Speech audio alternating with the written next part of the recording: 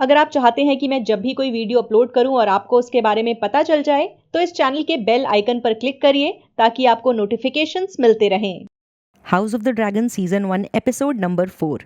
Episode का नाम है किंग ऑफ द नैरो सी।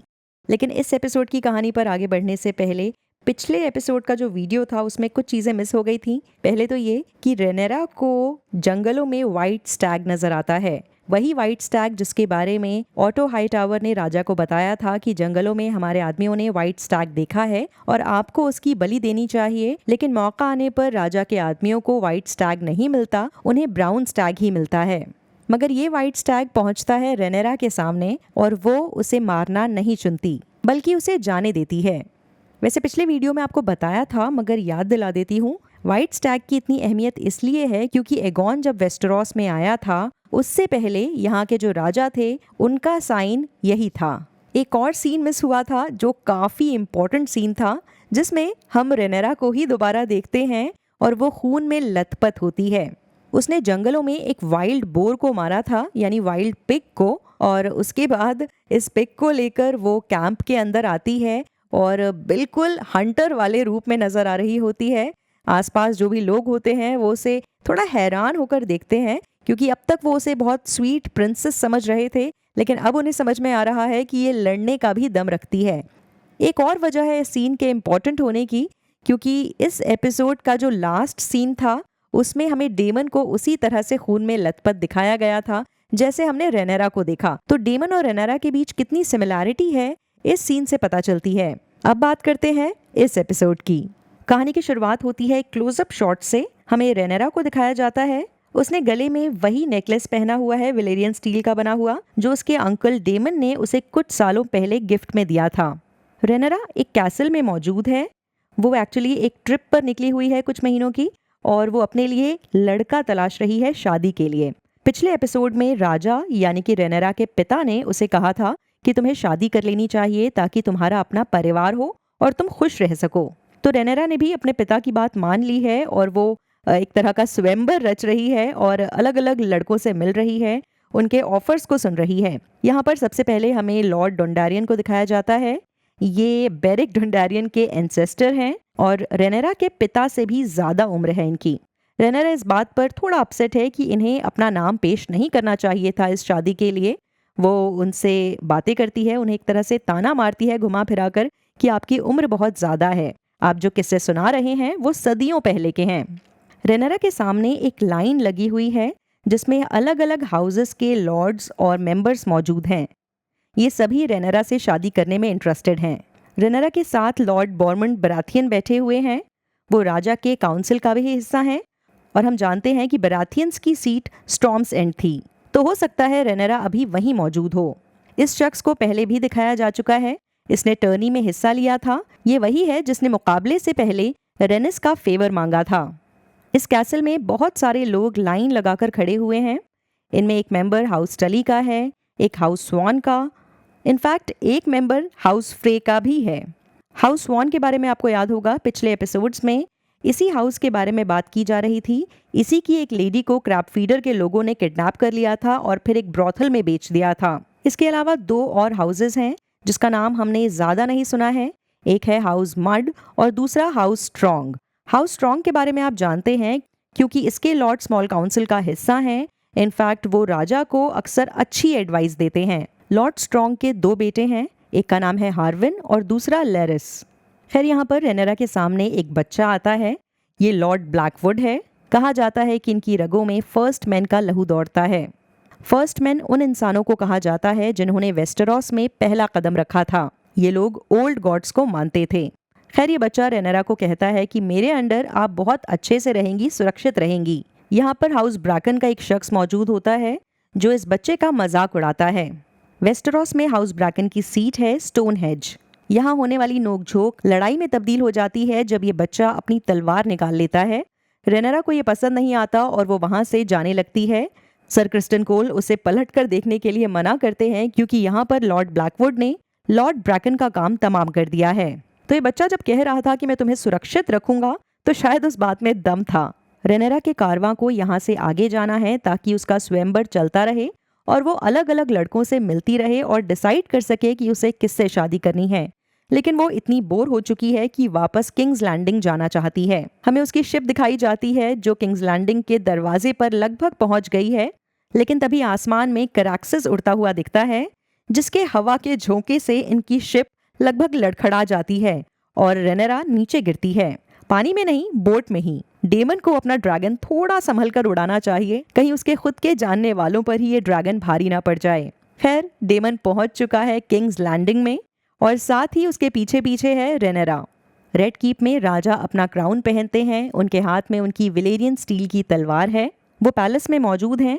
यहाँ पर स्मॉल काउंसिल और कोर्ट के बाकी मेंबर्स भी हैं। राजा की नज़र रेनेरा पर पड़ती है। वो थोड़ा सा उलझन में नजर आते हैं क्योंकि उन्होंने रेनेरा को काफ़ी सारे दिनों के लिए यहाँ से भेजा था और अभी रेनेरा के ट्रिप को ख़त्म होने में 2 महीने बाकी थे, लेकिन वो पहले घर आ गई। साथ ही साथ यहाँ पर कदम रखा है डेमन ने। वो अपनी मस्त चाल में चलते हुए, एक ताज पहने हुए, महल में धीरे धीरे चलते हुए राजा के सामने पहुंचता है। लॉर्ड कमांडर तलवार दिखाकर उसे रोकते हैं और डेमन वहीं पर रुक जाता है। उसके हाथ में एक हैमर है। ये हैमर क्रैब फीडर का था और वो लोगों को टॉर्चर करने में इसी का इस्तेमाल करता था। डेमन इस हैमर को नीचे फेंकता है और कहता है कि इसे चेयर में ऐड कर दिया जाए। राजा डेमन से सवाल करता है कि अब तुम ताज पहनते हो, खुद को राजा मानते हो। डेमन का कहना है कि जब मैंने ट्रियार्की को हराया और वापस स्टेपस्टोन्स को अपने कब्जे में लिया तो लोगों ने मुझे किंग ऑफ द नैरो सी का खिताब दिया, लेकिन मैं जानता हूँ कि असली राजा एक ही है और वो आप हैं। फिर वो राजा के आगे घुटने टेक देता है और अपना ताज उतार देता है। राजा धीरे धीरे चलते हुए अपने भाई के सामने आता है।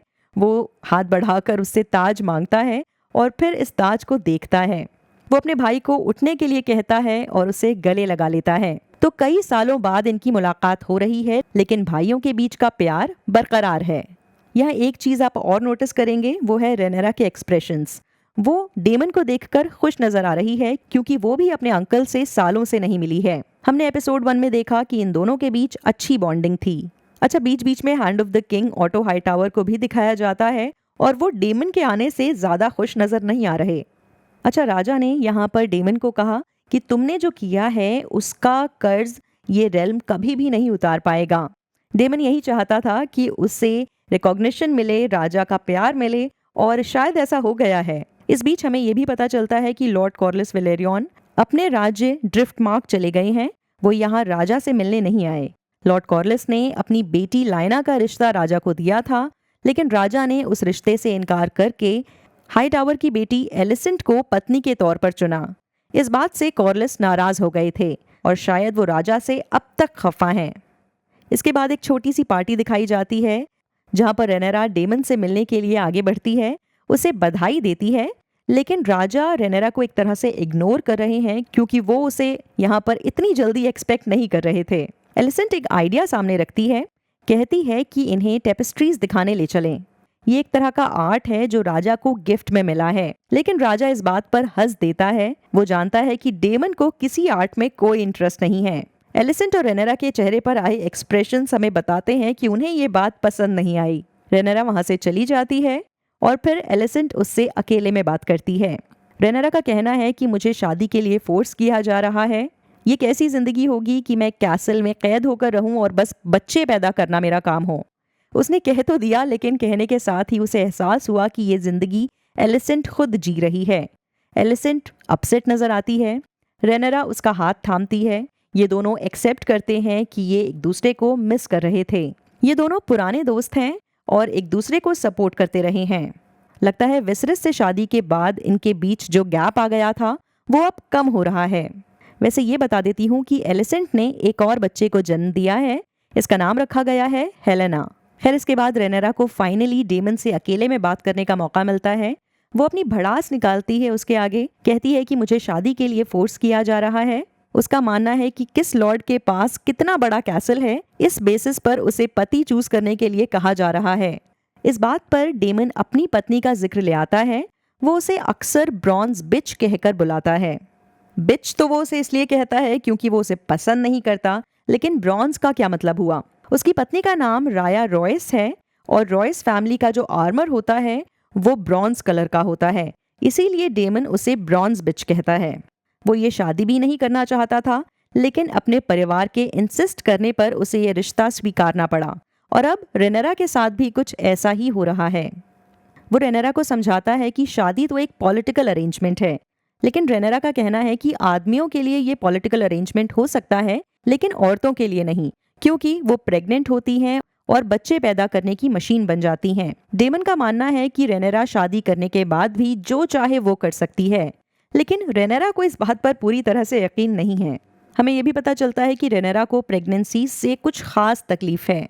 उसकी खुद की माँ ने बहुत सारे बच्चे पैदा किए एक के बाद एक, और तब तक बच्चों को डिलीवर करती गई जब तक उसकी मौत नहीं हो गई। रेनेरा अपनी माँ जैसी जिंदगी नहीं बिताना चाहती। डेमन यहाँ उसे कहता है कि अगर तुम डर में रहोगी तो जिंदगी के अच्छे हिस्से कभी जी ही नहीं पाओगी। अब स्मॉल काउंसिल की मीटिंग दिखाई जाती है। यहाँ रेनेरा भी कुर्सी पर बैठी हुई है। वो कप बेरर नहीं रही, उसका प्रमोशन हो गया है। साथ ही टाइलैंड लैनिस्टर का भी प्रमोशन हुआ था। वो मास्टर ऑफ शिप्स बन गए थे। उन्होंने कॉर्लिस वेलेरियन की जगह ले ली है। ये लोग कॉर्लिस का जिक्र करते हैं। राजा को बताया जाता है कि कॉर्लिस ने अपनी बेटी लायना का रिश्ता तय कर दिया है ब्रावोस के एक सी लॉर्ड के बेटे से। ब्रावोस आपको याद होगा, जहां पर आयरन बैंक था और जहां पर आर्या ने जैकन हगार से ट्रेनिंग ली थी। अब कॉर्लिस अपनी बेटी की शादी किससे कर रहे हैं और किससे नहीं, ये राजा के लिए परेशानी की बात क्यों है? क्योंकि कॉर्लिस खुद एक बहुत रईस इंसान है और ब्रावोस फ्री सिटी की सबसे रईस सिटी है। तो एक तरह से पैसे का रिश्ता पैसे से हो रहा है, जिसका मतलब पैसा और बढ़ेगा, जो राजा के लिए अच्छा नहीं है, क्योंकि सबसे ज्यादा पावर राजा के पास होनी चाहिए और पैसा भी पावर ही है। ऑटो हाईटावर इशारों इशारों में कहता है कि हमें भी रेनेरा का रिश्ता ऐसी जगह करना चाहिए कि हमारी स्टैंडिंग और मजबूत हो। रेनेरा के चेहरे पर जो एक्सप्रेशंस हैं वो बता रहे हैं कि ऑब्वियसली उसे ये बात पसंद नहीं आ रही। रात होती है। रेनेरा आराम करने के लिए अपने कमरे में जा चुकी है। सर क्रिस्टन कोल बाहर दरवाजे पर खड़े हैं। रेनेरा को अंदर एक बैग मिलता है जिसके अंदर कुछ कपड़े हैं और एक पेपर है। पेपर पर एक नक्शा बना हुआ है जो रेनेरा के कमरे का ही है। इसी नक्शे के थ्रू उसे पता चलता है कि इस कमरे में एक सीक्रेट दरवाजा है जो नीचे बेसमेंट में जाता है। रेनेरा को अब तक इस रास्ते के बारे में नहीं पता था। रेनेरा इसी रास्ते को फॉलो करते हुए रेड कीप के बेसमेंट्स में से होते हुए जाती है, डंजन्स में से होते हुए जाती है। हमें बेलेरियन द ड्रेड का स्कल भी नजर आता है। यहाँ से गुजरते हुए रेनेरा पहुंचती है एक टावर के पास और वहां पर डेमन उसका इंतजार कर रहा होता है। उसने भी अपना भेस बदला हुआ है। रेनेरा भी इन आम कपड़ों में बहुत प्यारी लग रही है। ये दोनों मस्ती करने के लिए शहर में घूमते हैं। यहाँ पर रेनेरा काफी एक्साइटेड है क्योंकि वो इसी तरह से जीना चाहती है। उसे अपने सर पर कोई बोझ नहीं चाहिए। तो डेमन उसे ऐसी जिंदगी की झलक दिखा रहा है जो रेनेरा की हो सकती है। वो जहाँ चाहे वहां जा सकती है, अगर छुप कर काम करे या फिर बागी हो जाए। ओके, तो ये लोग यहाँ पर हो रहा एक प्ले देखते हैं जो रेनेरा को पसंद नहीं आता, क्योंकि इस प्ले में रेनेरा का मजाक उड़ाया जा रहा है। ये लोग कह रहे हैं कि रेनेरा कुर्सी पर बैठने लायक नहीं है क्योंकि वो एक लड़की है। राजगद्दी पर बैठना चाहिए एगॉन टारगेरियन को, यानी एलिसेंट और वेसेरिस का बेटा, जो अभी बहुत छोटा है। आम लोगों को लगता है कि एगॉन इस कुर्सी पर बैठने का हकदार है, क्योंकि एक तो उसका नाम एगॉन द कॉन्करर पर रखा गया है और दूसरा वो एक लड़का है। तो इतना होना काफी है। रेनेरा डेमन को कहती है कि ये लोग जो चाहे वो कह सकते हैं, लेकिन होगा वही जो होना है। मैं ही राजगद्दी की असली उत्तराधिकारी हूँ। डेमन कहता है, भाई तुम्हें इन्हीं आम लोगों पर रूल करना है, तो ये क्या सोच रहे हैं वो मायने रखता है। इसके बाद डेमन उसे एक प्लेजर हाउस में लेकर जाता है और रेनेरा की आंखें खुली रह जाती हैं। वो कंफ्यूज्ड है कि डेमन उसे यहाँ पर क्यों लेकर आया है। डेमन कहता है कि यहाँ पर लोग जो चाहते हैं वो पाने के लिए आते हैं। आसपास हो रहे सीन्स रेनेरा को एक्साइटेड कर देते हैं और डेमन और वो एक दूसरे को किस करने लगते हैं। लेकिन फिर डेमन अचानक से रुक जाता है और रेनेरा को वहीं छोड़कर चला जाता है। रेनेरा भी उसका पीछा करने की कोशिश करती है, लेकिन उन्हें एक बच्चा देख लेता है। अफसोस की बात है, लेकिन इस बच्चे को व्हाइट वर्म कहा जाता है। इसी बीच रेनेरा को किंग्स गार्ड का एक मेंबर भी देख लेता है, लेकिन रेनेरा उसे चुप रहने के लिए कहती है। ये नोटिस करता है कि रेनेरा के पीछे डेमन भी मौजूद है। वहीं रेड कीप में राजा के जख्मों पर मलहम लगाया जा रहा है, उन्हें ठीक करने की कोशिश हो रही है। उन्हें आयरन थ्रोन पर बैठने से लगातार इन्फेक्शन हो रहा है और ये इन्फेक्शन ठीक भी नहीं होता। एलिसेंट यहाँ मौजूद सर्वेंट्स को जाने के लिए कहती है और खुद राजा की चोटों को ट्रीट करती है। थोड़ी देर बाद एलिसेंट जब अपने कमरे में वापस चली जाती है तो राजा उसे दोबारा बुलाते हैं। एलिसेंट राजा के कमरे में नहीं जाना चाहती। काफी रात हो चुकी है, उसे नींद आ रही है, लेकिन राजा का आदेश है तो उसे जाना पड़ेगा। राजा की अपनी फिजिकल नीड्स हैं जिसे वो पूरा करना चाहते हैं। एलिसेंट के चेहरे पर मौजूद एक्सप्रेशंस देखकर लगता है कि वो किसी फिजिकल इंटीमेसी में इंटरेस्टेड नहीं है। इस डिस्टर्बिंग सीन के बैकग्राउंड में डेमन और रेनेरा की बातचीत भी चल रही होती है। डेमन रेनेरा को कह रहा होता है कि ये जो फिजिकल रिलेशन होता है, सेक्स होता है, वो सिर्फ आदमियों को प्लेजर देने के लिए नहीं है, ये प्लेजर औरतों के लिए भी है। लेकिन साथ ही साथ एलिसेंट के चेहरे पर जो एक्सप्रेशंस हैं वो बताते हैं कि ज़रूरी नहीं है।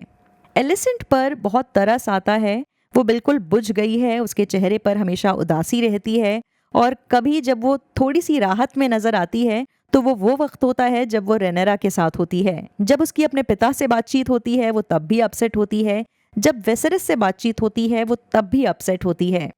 खैर, सुबह होने से पहले ही ऑटो हाई टावर तक ये खबर पहुंच जाती है कि रेनेरा रात भर कहाँ थी। वो डेमन के साथ किंग्स लैंडिंग के प्लेजर हाउसेस की सैर कर रही थी और एक प्रिंसेस की इमेज के लिए ये अच्छी खबर नहीं है। ऑटो हाई टावर इस इंफॉर्मेशन का पूरी तरह से इस्तेमाल करने वाला है। वो राजा के दरवाजे पर पहुंचकर दस्तक देता है। जब राजा को हाई टावर के मुंह से ये बात पता चलती है तो वो इरिटेट हो जाता है और कहता है कि साफ साफ बताओ। ऑटो कहता है कि आप समझ ही रहे हैं कि मैं क्या कहना चाहता हूँ, और ऐसे में राजा उसे बिल्कुल साफ जवाब देता है। कहता है कि तुम मेरे बेडरूम में आए हो, मेरी बेटी के बारे में इस तरह की बातें कह रहे हो, तो साफ साफ बात करोगे तो बेहतर होगा। ऑटो कहता है कि रेनेरा डेमन के साथ कल रात प्लेजर हाउसेस में थी और वहां पर उन दोनों के बीच कुछ हुआ है। राजा कहता है कुछ का क्या मतलब? ऑटो का कहना है कि रेनेरा अब मेडन नहीं है। मेडन मतलब वर्जिन। राजा उसे यहाँ से जाने के लिए कहता है और पीछे से आती है एलिसेंट। वो इनकी बातें छुपकर सुन रही होती है और इस खबर से वो थोड़ा अपसेट हो जाती है। वो रेनेरा का सिर्फ अच्छा चाहती है या फिर वो पोजेसिव हो रही है, ये मुझे समझ नहीं आया। लेकिन आगे के सीन्स में ये बात क्लियर हो जाती है जब वो रेनेरा की क्लास लगाती है। कहती है कि तुम रात को प्लेजर हाउसेस में घूम रही थी और तुम्हें अपनी इमेज की जरा भी परवाह नहीं है। तुम्हें इस तरह से बिहेव नहीं करना चाहिए। और ये भी कहती है कि डेमन के साथ कल रात तुमने क्या किया? क्या तुम अभी भी वर्जिन हो? रेनेरा यहाँ पर झूठ कहती है कि मेरे और डेमन के बीच कुछ नहीं हुआ, उसने मुझे हाथ तक नहीं लगाया।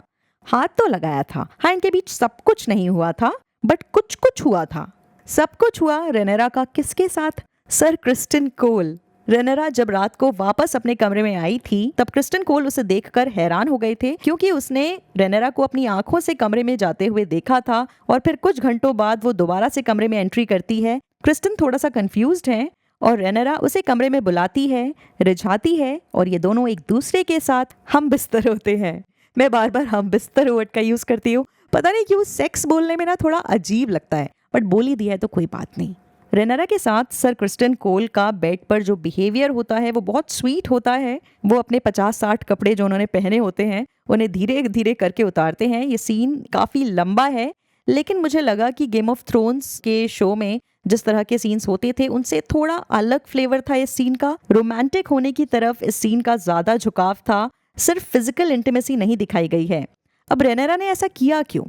क्योंकि एक तो वो प्लेजर हाउसेस में गई, वो ऑलरेडी हॉर्नी थी, और जब वापस आई तो उसे सर क्रिस्टन कोल दिखे जो उसके अंगरक्षक तो हैं ही, और साथ ही रेनेरा को वो पसंद भी है थोड़ा थोड़ा।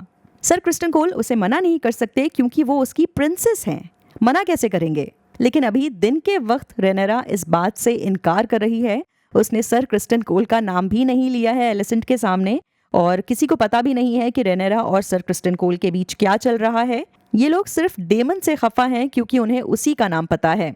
अच्छा, किताबों में ये पूरा इवेंट अलग तरह से है। डेमन को जब पता चलता है कि रेनेरा सर क्रिस्टन कोल में इंटरेस्टेड है तो वो उसे इन प्लेजर हाउसेस में इसलिए लेकर जाते हैं ताकि वो लव मेकिंग के आर्ट को समझ सके, सीख सके और अपने क्रश यानी सर क्रिस्टन कोल को अप्रोच कर सके। हालांकि सर क्रिस्टन कोल रेनेरा की इस हरकत से बिल्कुल घबरा जाते हैं और इस ऑफर से इनकार कर देते हैं। अच्छा, अब डेवन को दिखाया जाता है जो अपनी पुरानी गर्लफ्रेंड मिसारिया के पास है।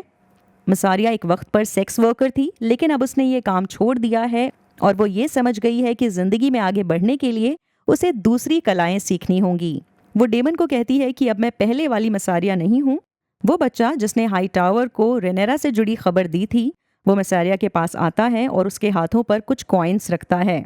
यानी कि मसारिया शायद विसरस की तरह काम करने वाली है। यानी मसारिया ने किंग्स लैंडिंग में अपने खबरी फैला रखे हैं, जो राजा के करीबी लोगों तक तो खबरें पहुंचाते ही हैं, लेकिन मसारिया को आकर उसकी पेमेंट करते हैं। मसारिया को समझ में आ गया है कि वेस्टरॉस में इंफॉर्मेशन बहुत कीमती है, तो अगर उसके पास इंफॉर्मेशन होगी अलग अलग जगह की, तो वो हमेशा पावरफुल रहेगी। खैर डेमन उसका नाम पुकारता रहता है, लेकिन वो चली जाती है। किंग्स गार्ड के लोग डेमन को पकड़ कर लाते हैं और ग्रेट हॉल में लगभग पटक देते हैं। यहाँ राजा आता है, जो अपने भाई से बहुत ज्यादा गुस्सा है। वो उसे कह रहा है कि तुमने रेनेरा के साथ जो किया वो सही नहीं है। विसरस उसे लात मारता है। अभी एक दिन पहले ही वो अपने भाई से खुश हुआ था और एक रात के अंदर ही कहानी चेंज हो गई है। वो उसे कह रहा है कि तुम यहाँ से चले जाओ अपनी बीवी के पास और यहाँ दोबारा मत आना। हालांकि डेमन अपने भाई को कहता है कि मैं रेनेरा से शादी करना चाहता हूँ। आपको ऑलरेडी पता है कि टारगेरियंस में ब्लड रिलेशंस में शादी होती है। सगे भाई बहनों की भी शादी होती है, कजन्स की भी शादी होती है। इनफैक्ट चाचा भतीजी, मामा भांजी, सारे रिलेशंस में शादियां होना अलाउड है। अगर आप गेम ऑफ थ्रोन्स की सीरीज पहली बार देख रहे हैं तो आपको ये चीज़ अजीब लगेगी। है तो ये फैंटेसी की दुनिया, एक कहानी है, तो इस कहानी को एंजॉय करते हैं सिंपली और इन बातों को इग्नोर करने की कोशिश करते हैं। राजा लेकिन इग्नोर नहीं कर पा रहा है इस बात को, क्योंकि उसका भाई कह रहा है कि मेरी शादी अपनी बेटी से कर दो। टारगेरियंस की जो प्रथा है उसे निभाओ, इससे हमारी ब्लड लाइन और स्ट्रांग होगी। राजा को ये ऑफर पसंद नहीं आता। वो उसे कहता है कि तुम्हारी नज़र मेरी बेटी पर नहीं है, मेरी कुर्सी पर है, इसीलिए तुमने ये चाल चली है। तुम रेनेरा को बदनाम करना चाहते हो। डेमन यहाँ उसे कहता है कि वो किसी आम इंसान के साथ अपनी वर्जिनिटी लूज करती, इससे तो अच्छा है ना कि मेरे साथ उसका ये फर्स्ट एक्सपीरियंस था। राजा को भी ये बात शायद उतनी ही डिस्गस्टिंग लगती है जितनी हमें लगती है। वो डेमन को कहता है कि यहाँ से दफा हो जाओ, दोबारा मुझे अपनी शक्ल मत दिखाना। डेमन इस बात को वर्बली एक्सेप्ट करता है। अब वो सच में क्या करेगा हमें नहीं पता। बाद में एलिसेंट और विसरस अकेले में होते हैं। एलिसेंट उसे कहती है कि शायद डेमन झूठ बोल रहा था। रेनेरा और उसके बीच कुछ नहीं हुआ, क्योंकि रेनेरा ने मुझे खुद ये बताया है। मुझे रेनेरा की बात पर ज्यादा भरोसा है। राजा कहता है कि डेमन आखिर ऐसा झूठ क्यों बोलेगा। एलिसेंट कहती है शायद वो आपकी पोजीशन को, आपकी इमेज को खराब करना चाहता है। अच्छा, विसरस खुद इस बात पर परेशान नजर आ रहा है, लेकिन डेमन और विसरस के जो पेरेंट्स थे वो भी भाई बहन थे, तो टारगेरियन परिवार में ये चलन आम है। विसरस ने अब अपनी बेटी रेनेरा को मिलने के लिए बुलाया है। यहाँ आग में एक डैगर रखा हुआ है जो तप रहा है। ये वही डैगर है जो आर्या ने इस्तेमाल किया था। इस डैगर को इस सीजन में कई बार दिखाया जा चुका है और अब हम देखेंगे कि इस डैगर पर लिखा क्या हुआ है, गढ़ा क्या हुआ है। राजा अपनी बेटी को बताता है कि वेलेरियन स्टील पर काम करने वाले जो पैरोमांसर्स थे, उन्होंने इस डैगर पर एक मैसेज लिखा, एक सीक्रेट मैसेज। रेनेरा इस मैसेज को पढ़ती है। ये मैसेज तभी नजर आता है जब इसे आग में तपाया जाता है। वेस्टरॉस में कदम रखने से पहले एगॉन द कॉन्करर ने एक सपना देखा था, यही कि वेस्टरॉस के नॉर्थ से कुछ खतरनाक ताकतें इंसानों को डिस्ट्रॉय करने के लिए आगे बढ़ेंगी और टारगेरियन वंश से ही कोई इन खतरनाक ताकतों को खत्म करेगा। इस शख्स को उसने प्रिंस हु वाज प्रॉमिस्ड का नाम दिया था, साथ ही उसे a song of ice and fire भी कहा था।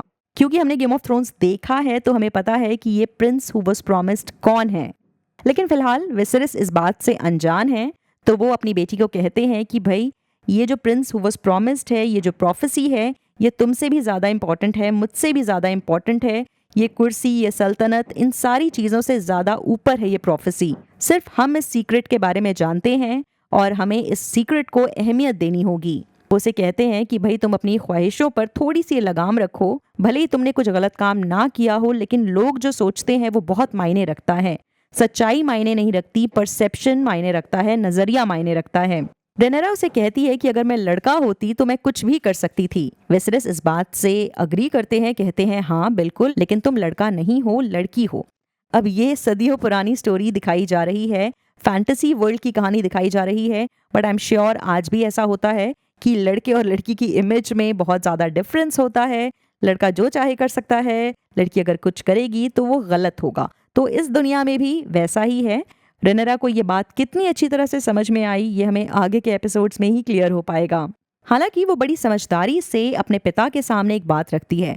वो कहती है कि ऑटो हाईटावर पर भरोसा करके आप गलत कर रहे हैं। वो हैंड ऑफ द किंग है, लेकिन वो आपको सर्व करने की जगह खुद को सर्व कर रहे हैं और अपना फायदा देख रहे हैं।